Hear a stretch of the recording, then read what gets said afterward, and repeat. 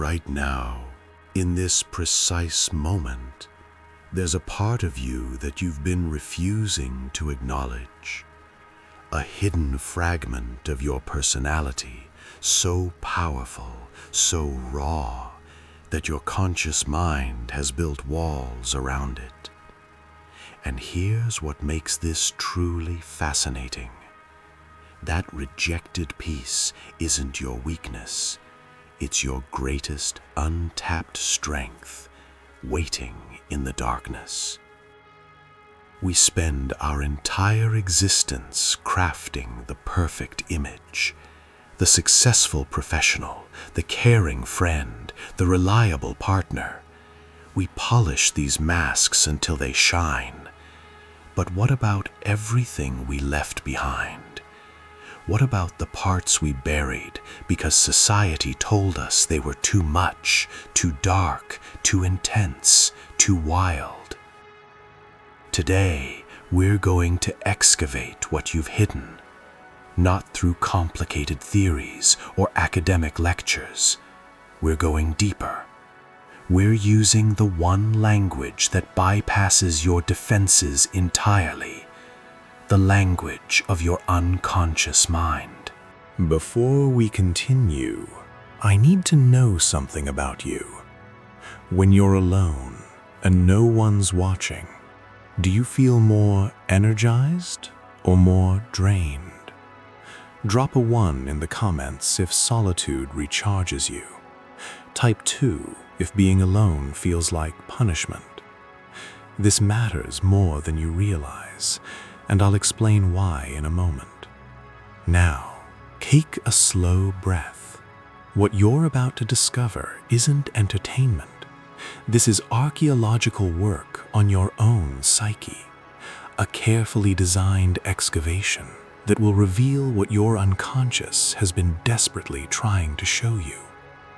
This isn't about who you pretend to be.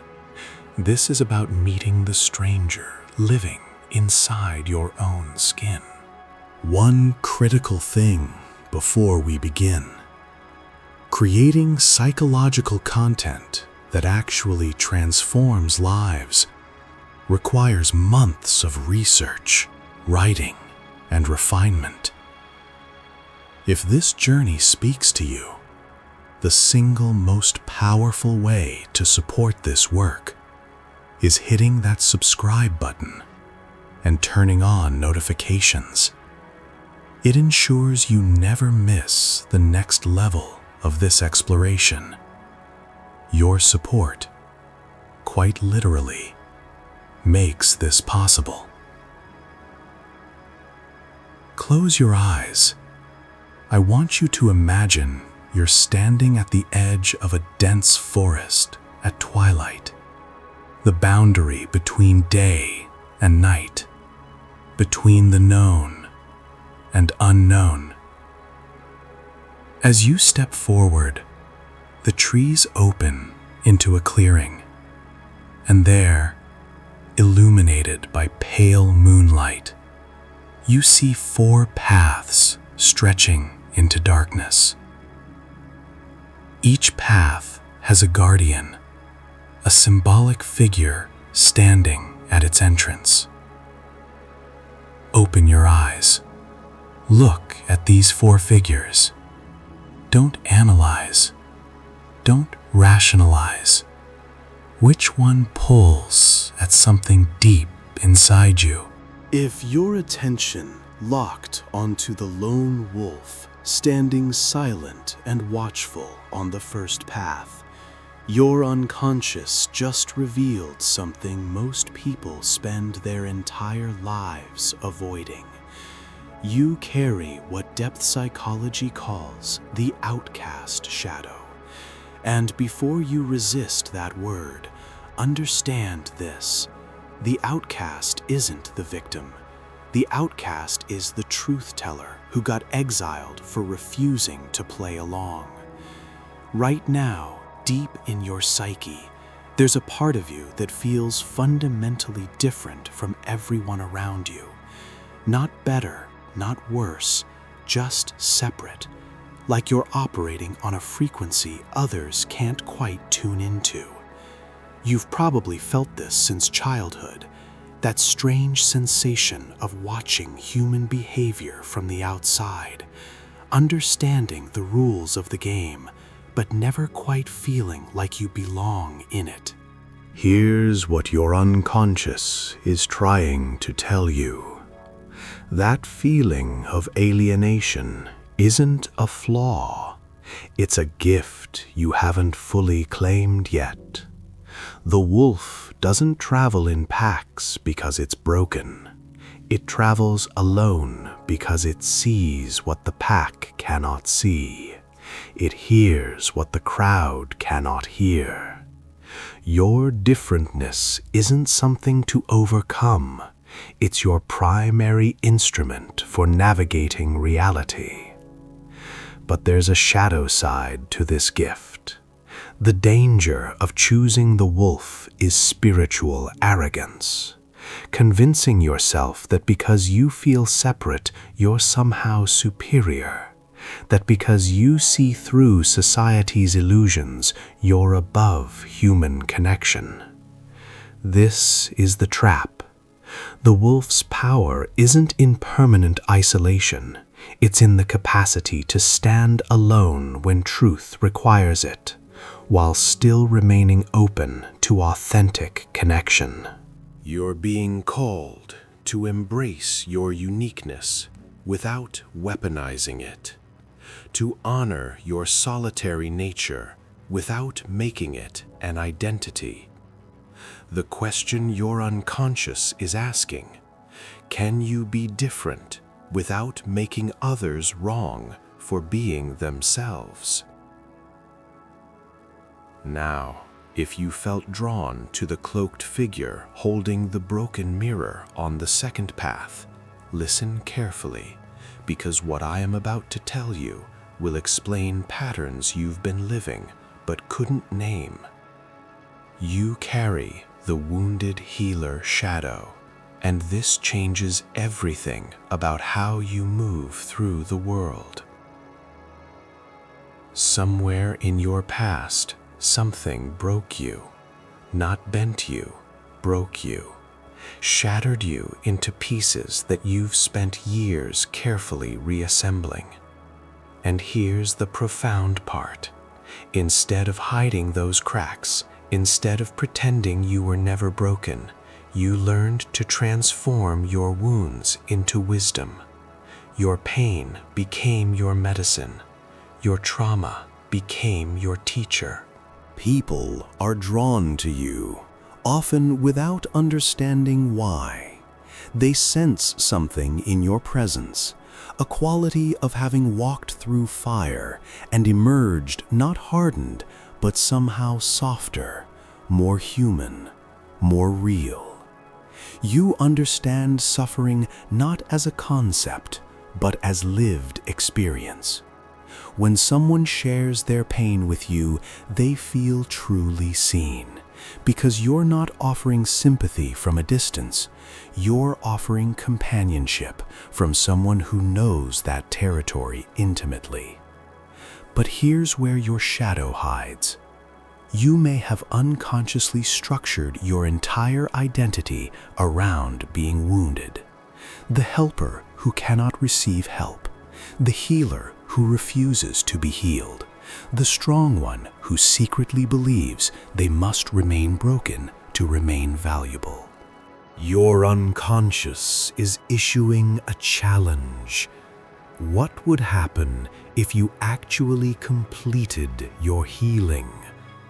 Who would you be if you weren't defined by what hurt you?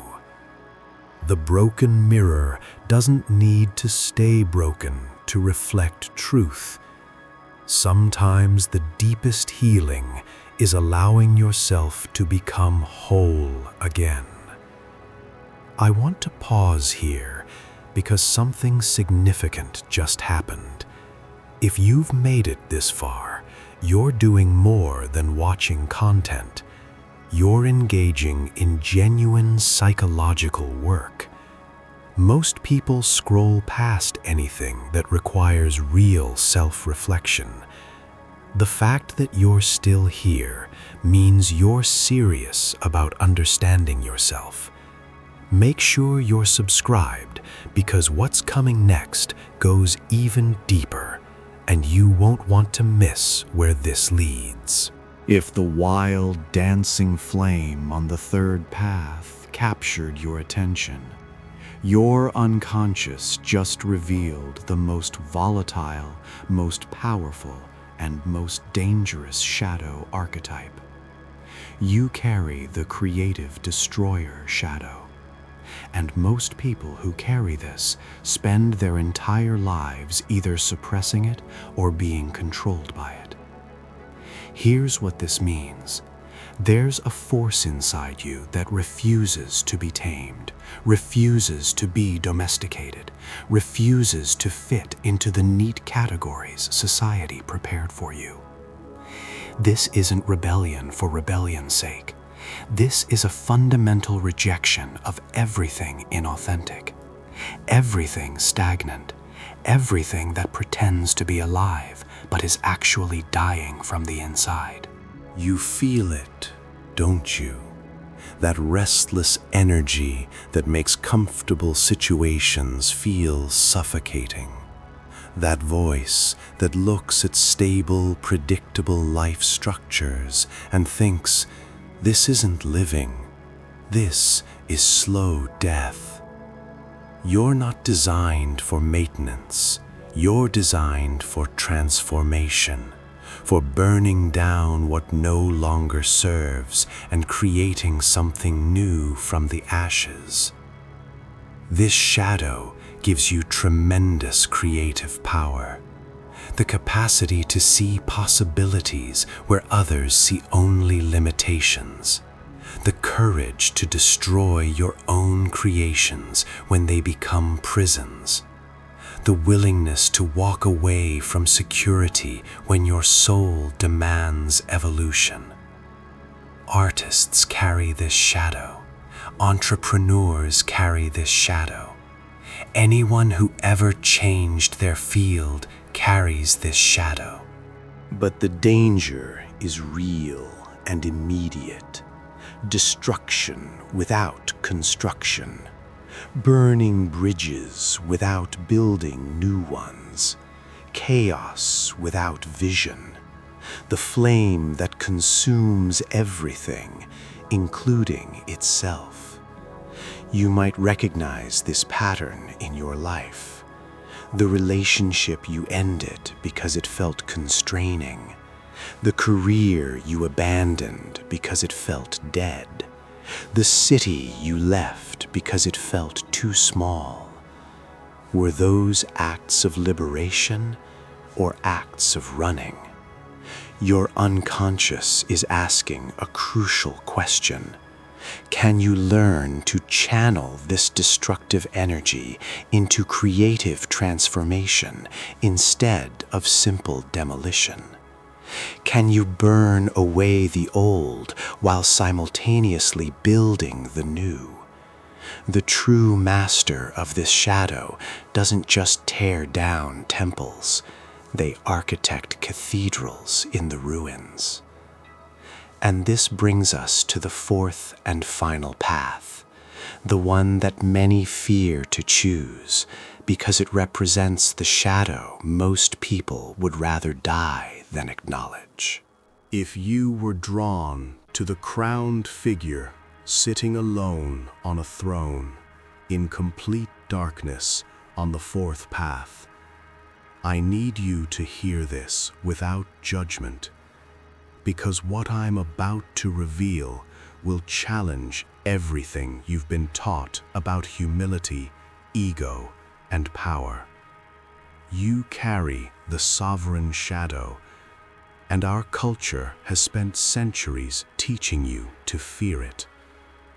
Somewhere deep inside, beneath all your practiced modesty, beneath all your self-deprecation, beneath all your careful efforts to appear humble, there lives a part of you that knows with absolute certainty you were meant for significance. Not fame, not attention, not approval, but genuine impact, genuine authority, genuine power used in service of something that matters. This isn't arrogance. This is recognition. You sense, perhaps only in brief flashes, that you're capable of more than you're currently allowing yourself. That the small, safe life you've been living is a betrayal of your actual capacity. That something in you is meant to lead, to decide, to influence, to shape reality at a scale you've been too afraid to claim. Most people who carry this shadow spend decades suppressing it because they've been taught that wanting power makes you dangerous, that claiming authority makes you selfish, that believing in your own significance makes you a narcissist. So you play small, you defer to others, you apologize for taking up space, you diminish your vision to make others comfortable. But your unconscious knows the truth. False humility is just another form of ego. Pretending you're ordinary when you're not doesn't serve the world. It betrays it. The question isn't whether you have power. The question is whether you'll claim it consciously or let it leak out sideways in manipulation, passive aggression, and resentment. The danger of the sovereign shadow is obvious. Tyranny, power without wisdom, authority without compassion, becoming the very thing you once rebelled against. History is full of people who claimed their power without first understanding their shadow. They became monsters wearing crowns. Your unconscious is presenting you with the hero's challenge. Can you claim your authority without losing your humanity? Can you lead without dominating? Can you acknowledge your power while remaining in service to something greater than yourself? True sovereignty isn't about ruling others. It's about mastering yourself so completely that your presence naturally creates order from chaos. Now we've reached the moment where everything converges. 4 paths, 4 shadows, 4 versions of power you've been taught to fear or suppress or deny. But here's what most people miss entirely. Your shadow isn't your enemy. It's your ally, waiting in darkness because you weren't ready to integrate it into consciousness. Think back to that first instant of choice, not after reasoning, not after thinking, but that immediate pull toward one of the 4 figures. What did you feel? Recognition? Fear? Excitement? That feeling was your unconscious speaking its truth. The most important question now: which path called to you? And how accurately did its description match what you've been secretly feeling but not saying out loud? Drop your choice in the comments. Share what resonated. Share what made you uncomfortable. Your honesty creates permission for others to be equally honest. That's how real psychological communities are built. And here's something crucial I haven't told you yet. This wasn't just a personality test. This was an initiation. By identifying your primary shadow, You've taken the first step in a much longer journey. Because awareness is only the beginning.